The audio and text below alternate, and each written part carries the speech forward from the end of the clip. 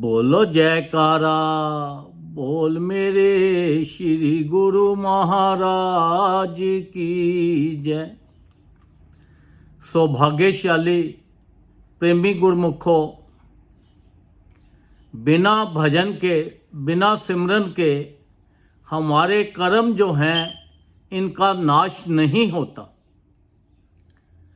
बिना प्रभु का भजन करने से, नाम ना सिमरने से हमारे कर्मों का छुटकारा नहीं हो सकता, क्योंकि संत महापुरुष जो हैं हम उनकी चरण शरण में जाएंगे तो उनकी जब कृपा होगी तो वही हमारे कर्मों का छुटकारा करा सकते हैं और हमारा इस जीव का कल्याण कर सकते हैं।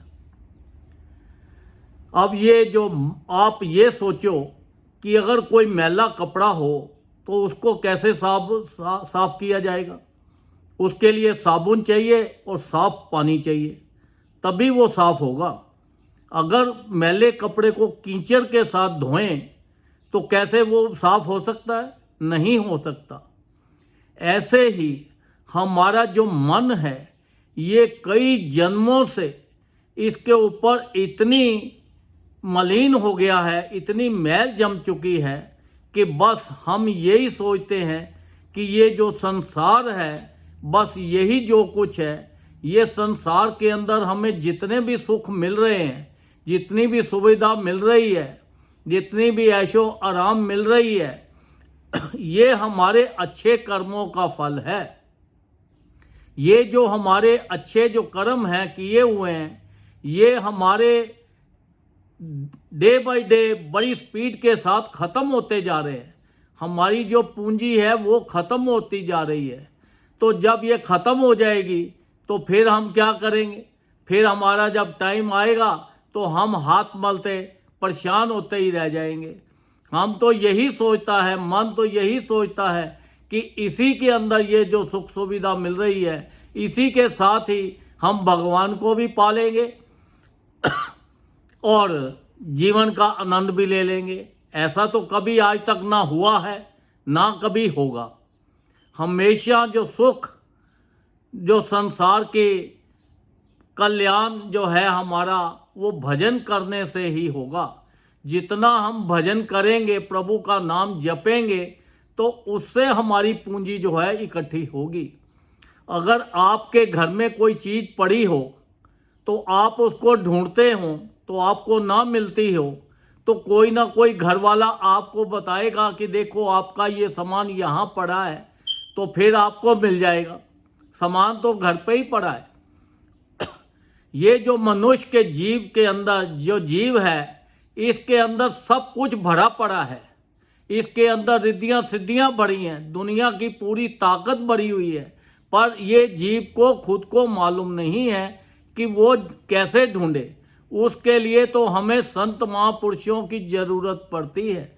जब हम संत महापुरुषों के पास जाते हैं, उनकी कृपा होती है हमारे ऊपर, वो हमें नाम दाम देते हैं और कहते हैं भजन करो, और तुम्हें फिर भजन करा के हमारे वो शब्द और सूरत को एक मिलाकर हमें वो सब चीज़ें जो हैं मिल जाती हैं और हमारी भक्ति जो है दिन बाय दिन बढ़ती जाती है, कम नहीं होती।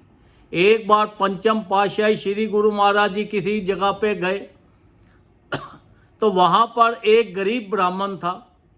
तो गरीब ब्राह्मण के पास गए तो वो कहने लगा, महाराज आप बड़े उच्च कोटि के संत नज़र आते हो, पर हम तो इतने गरीब हैं, हमारे पास तो सेवा करने के लिए कुछ है ही नहीं, बिठाने के लिए भी कुछ नहीं है।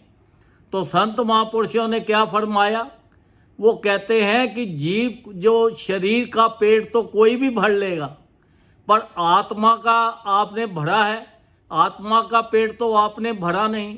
तो खाली ये संसार के जो जीव का पेट भरना है, ये तो आप कैसे भी गुजारा कर लोगे तो आपका पेट भर जाएगा। अब उससे क्या है?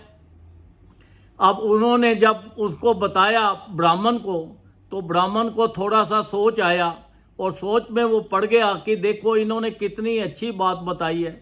उन्होंने कहा कि देखो तुम्हारे पूर्वजों ने कोई इतने अच्छे कर्म नहीं किए जिसकी वजह से आपको अच्छे सुख मिल सके। आपके यहाँ तो दरिद्रता है, पर आपका जो देखो, आपका नाम क्या है? उन्होंने बोला मेरा नाम आत्मा राम है। उन्होंने बोला आप आत्मा राम हो तो फिर आप काम क्या है? वो कहता है जी मैं ब्राह्मण हूँ, एक पोथी को बस खोल थोड़ा सा जानता हूँ और तो कुछ जानता नहीं, इसी से अपना जीवन का गुजारा चल जाता है। उन्होंने बोला कि देखो कि जो आप ब्रह्मा ने आपको बनाया है, आपको भगवान ने बनाया है, आपका काम दिया है, ब्राह्मण बनाया है, आप भजन करो। आपका जो कर्म है वो कर्म क्या है? भजन करो, सत्संग करो, तो देखो आपका किसी चीज़ की आपके कमी नहीं रहेगी। अब जब उन्होंने पंचम पातशाही जी ने उनको बताया और उसने ब्राह्मण ने उसके ऊपर अमल किया तो उसकी जो इनकम थी उसके पास खूब धन आने लग गया, बड़ा अच्छी तरह से गुजारा चलने लग गया। और देखो ये तो जब तक कोई तुम्हें बताएगा नहीं कि ये रास्ता किधर को जाता है तब तक आप कैसे जाओगे? अगर आपने दिल्ली से अमृतसर जाना हो तो रास्ता तो कोई बताएगा ना, कौन सी डायरेक्शन से कैसे जाओगे, तभी आप वहाँ सही ठिकाने पे पहुँचोगे। अदरवाइज क्या होगा? आप रास्ता भटक जाओगे, पहुँचना कहीं और है, पहुँच कहीं और जाओगे। तो इसलिए ये जो संसार है ये माया नगरी है, इसका काम है भटकाना। ये किसी को भी सही रास्ते पे नहीं मन को आने देता। ये जो नगरी है ये तो बस अपने चकाचौंध में ऐसे फंसा के रखती है कि आदमी भजन करना चाहे फिर भी उसका भजन के तरफ थोड़ी देर ध्यान लगेगा, फिर उसका ध्यान इधर इधर भटक जाएगा। तो इससे बचने के लिए जो हमारे श्री गुरु महाराज जी ने हमें नामदान दिया है, जो हमारे लिए 5 नियम बनाए हैं, हमारे ऊपर इतनी कृपा करके इस नियमों का पालन करें। जहाँ पे ये 5 नियमों का पालन होता है वहाँ पर श्री गुरु महाराज खुद रहते हैं, भगवान खुद रहते हैं। क्योंकि श्री गुरु महाराज हमारे क्या है, जो संत महापुरुष होते हैं ये परमात्मा का ही रूप लेके, संत महापुरुषों का रूप लेके संसार में भगवान आता है। क्योंकि भगवान तो घट घट वासी है, सर्वव्यापी है, वो निराकार रूप है, वो साकार रूप भी है। साकार रूप में तो संत महापुरुषों के रूप में आते हैं, तो वो तो हर वक्त हमारे साथ है।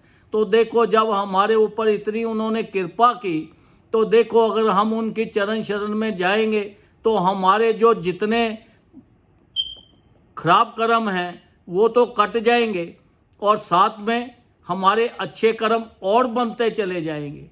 जब अच्छे बनते चले जाएंगे तो जो आगे हमारी पीढ़ियां आगे आएंगी वो भी सुख पाएंगी। क्योंकि हमारे अच्छे कर्मों का फल जो है उनके बच्चों के आगे पहुंचता है, बच्चों के बच्चों के आगे पहुंचता है।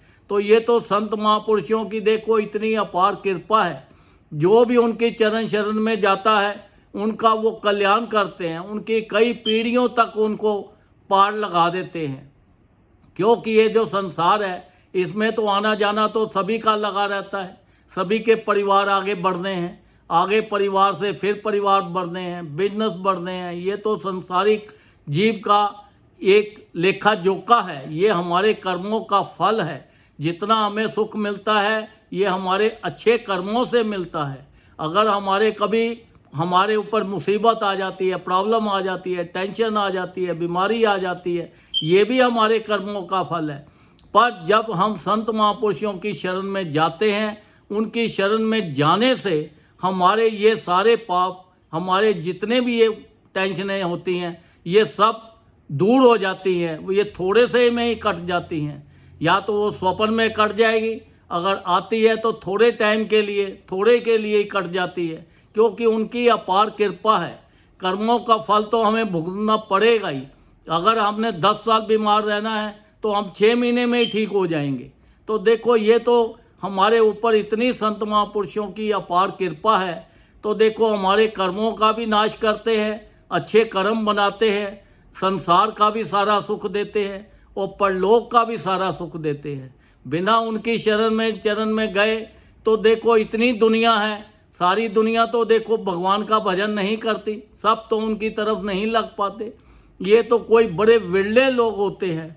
आप कितने खुश नसीब हैं जो आप सत्संग सुनते हो, भजन करते हो, उनके गुरु महाराज जी के साथ लगे हुए हो, उनकी आपके ऊपर कृपा बनी हुई है, दया दृष्टि पड़ी हुई है। तो आपको तो कोई दुख आने का काम ही नहीं, आपके लिए तो सुख ही सुख है। और हर तरह से संसार के अंदर आपको मौज ही मौज है।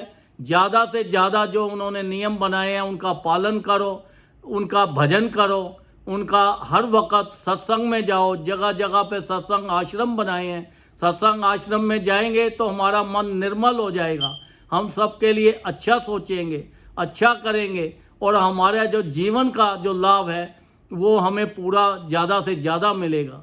क्योंकि जितना हम भजन करेंगे उतना हमें सुख मिलेगा। तो हमारे देखो संसार के अंदर जितने भी चीज़ें हैं, हर चीज़ का संबंध तो हमारे शरीर के साथ है। तो फिर हमारे शरीर का क्या है, एंड मिट्टी, इसने तो एक ना एक दिन ख़त्म हो ही जाना है। तो क्यों ना हम इसका पूरा पूरा लाभ लें। ये हमारे थोड़े टाइम के लिए मिली है, इससे हम ज़्यादा से ज़्यादा भजन करके अपने जीवन का पूरा पूरा लाभ उठाएं। और संत महापुरुषों को भी खुशी होगी क्योंकि उनकी चरण शरण में गए हैं, और हम उनकी कृपा हमारे ऊपर हमेशा बनी रहेगी। हमारे परिवार में खुशियाँ आती जाएंगी, संसार के सारे खुशियाँ हमारी झोली में अपने आप ही आ जाती हैं। क्योंकि जहाँ पे भजन होता है वहाँ रिद्धियाँ सिद्धियाँ सब आगे पीछे घूमती है। तो देखो उनकी इतनी अपार कृपा है, हमें ज़्यादा से ज़्यादा भजन करके अपने जीवन का पूरा पूरा लाभ उठाना है, और अपना ये संसार की मौजें लेते हुए अपना लोक और परलोक दोनों सुखी करना है। बोलो जयकारा, बोल मेरे श्री गुरु महाराज की जय।